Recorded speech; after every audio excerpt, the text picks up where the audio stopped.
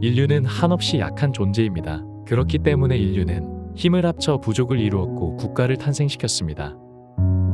강력한 지도자가 자신들을 이끌어 주기 바랬고 강력한 지도자는 백성을 이끌었습니다.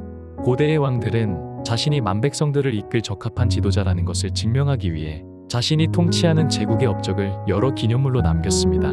백성들은 왕들이 세운 기념물들을 보며 자신들의 왕이 얼마나 강한 존재인지 깨달으며 자신들의 왕을 경외하고 따르기 시작했습니다. 인류는 한없이 약한 존재입니다. 그렇기에 인류는 언제나 쉽게 선동당했습니다. 오늘의 이야기는 프로파간다의 역사입니다.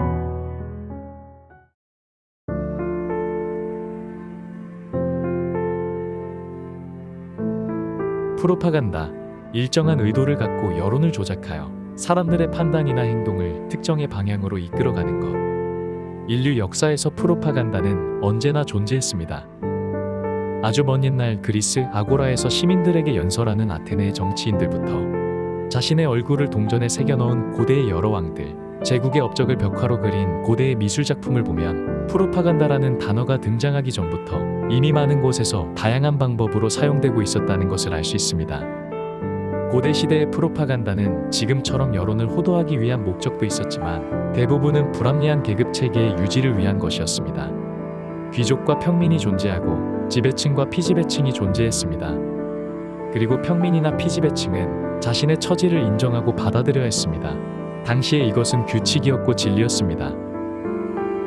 그래서 이 당시의 프로파간다는 귀족들이나 지배층의 업적을 영웅적으로 묘사하고 과장하며 평민들에게 감히 범접할 수 없는 존재라는 것을 각인시켰습니다.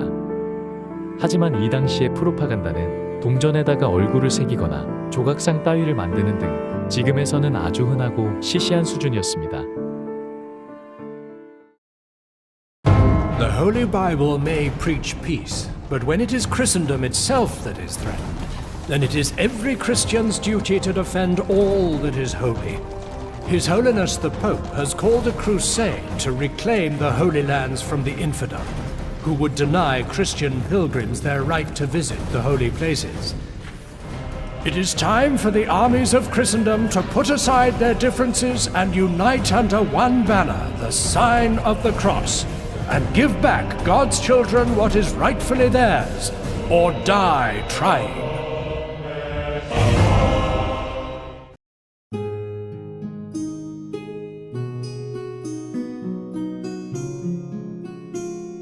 중세에 와서는 프로파간다의 개념이 지금의 프로파간다와 조금씩 비슷해지기 시작합니다. 교회의 권위는 추락하기 시작했고 외부로는 이교도가 성질을 빼앗으며 기독교 중심의 질서가 흔들리기 시작하였습니다. 이러한 상황 속에서 동쪽에서 정교의 국가였던 비잔티움 제국이 도움을 요청했고 교황은 이를 이용하기로 합니다. 교황은 대규모 원정을 준비하여 성지를 탈환하고 그곳에 기독교 국가를 건설하며 무너져가는 교황의 권위를 다시 회복하고자 하였습니다. 하지만 교황의 예상과는 다르게 생각보다 많은 유력자들은 원정에 반대했습니다. 결국 교황은 원정을 위해 대중들의 지지를 얻어야 했습니다. 이 당시 많은 사람들은 자신의 삶 자체가 죄악이라는 생각을 가지고 있었습니다. 로마의 종말과 함께 찾아온 암흑은 전 유럽을 끝없는 어둠 속으로 이끌었습니다. 이성은 사라지고 금욕이 강조되었습니다. 도시는 더러웠고 농노의 삶은 비참했습니다. 도무지 희망이라고는 찾아볼 수 없었고 빛 한 점 없는 곳에서 사람들은 구원을 갈망하였습니다. 교황청은 죄악에 대한 불안감과 구원을 갈망하는 당시 대중들의 불안한 심리를 아주 적극적으로 이용했습니다. 이교도로부터 성지를 구원하고 죄사함을 받으라.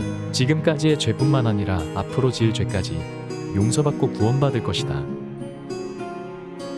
이러한 교황청의 명쾌한 해답에 대중들은 원정을 압도적으로 지지하기 시작하였고 결국 유럽의 유력한 귀족들과 하급기사, 농노를 가리지 않고 많은 사람들이 원정에 참여하였고 성지 탈환을 위해 원정단이 출발하니 이것이 바로 십자군 전쟁의 시작이었습니다.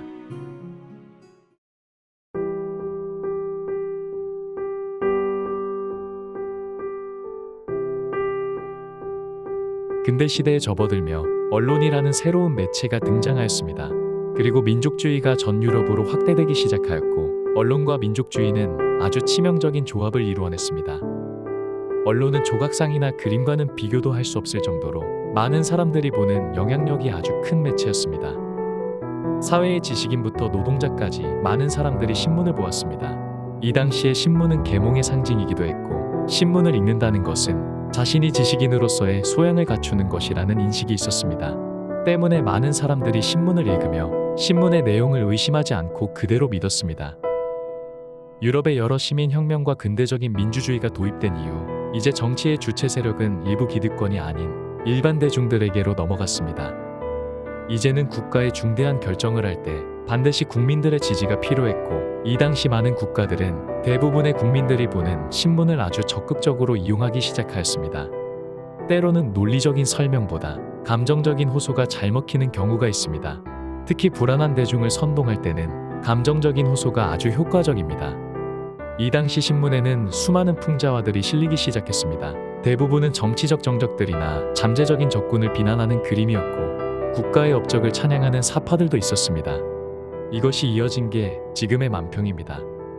어려운 설명도 없고 누구나 이해할 수 있고 누구나 접할 수 있는 이 방식은 매우 효과적이었습니다.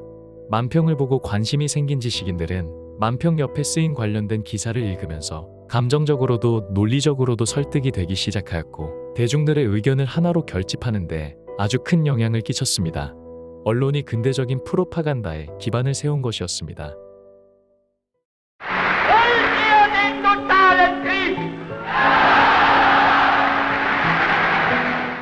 신문이 등장하기는 했지만 여전히 선동의 가장 큰 영향력과 마침표를 찍는 것은 사람의 목소리였습니다.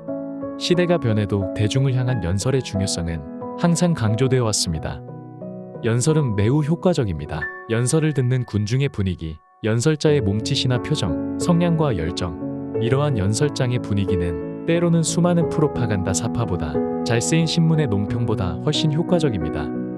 하지만 연설은 현장에 있는 사람만 들을 수 있다는 치명적인 단점이 있습니다. 신문으로 연설의 내용을 읽을 수는 있겠지만 현장의 분위기가 포함되지 않은 신문의 연설은 매우 초라해 보일 수 있습니다. 그러던 중 1920년대 상업용 라디오의 탄생은 프로파간다의 역사를 송두리째 바꾸어 놓게 됩니다. 이 당시 라디오는 지금의 텔레비전이었습니다. 온 가족이 저녁에는 라디오 앞에 모여서 음악, 코미디, 뉴스와 같은 방송들을 듣는 것이 새로운 문화로 발전되었죠. 그런데 한 사람이 이를 정치적인 목적으로 사용하게 되는데 그 자가 바로 파울 요제프 괴벨스였습니다. 괴벨스는 새로운 매체인 라디오의 잠재성을 일찍이 알아보았습니다. 괴벨스는 라디오를 통해서 히틀러의 연설을 온 국민에게 전파하고자 하였습니다. 그는 대대적으로 라디오 사업을 육성하고 아주 싼 가격으로 국민들에게 판매하였습니다. 덕분에 독일인들의 라디오 보유량은 급증하게 되었고, 이제 독일의 어느 곳에서든 히틀러의 연설을 들을 수 있게 되었습니다. 괴벨스는 라디오뿐만 아니라 영화의 잠재성도 일찍이 알고 있었습니다. 그는 다양한 프로파간다 영화를 만들며 대중문화 아주 깊은 곳까지 장악을 하였고, 독일의 국민들은 이제 아주 열렬한 나치의 추종자가 되었습니다.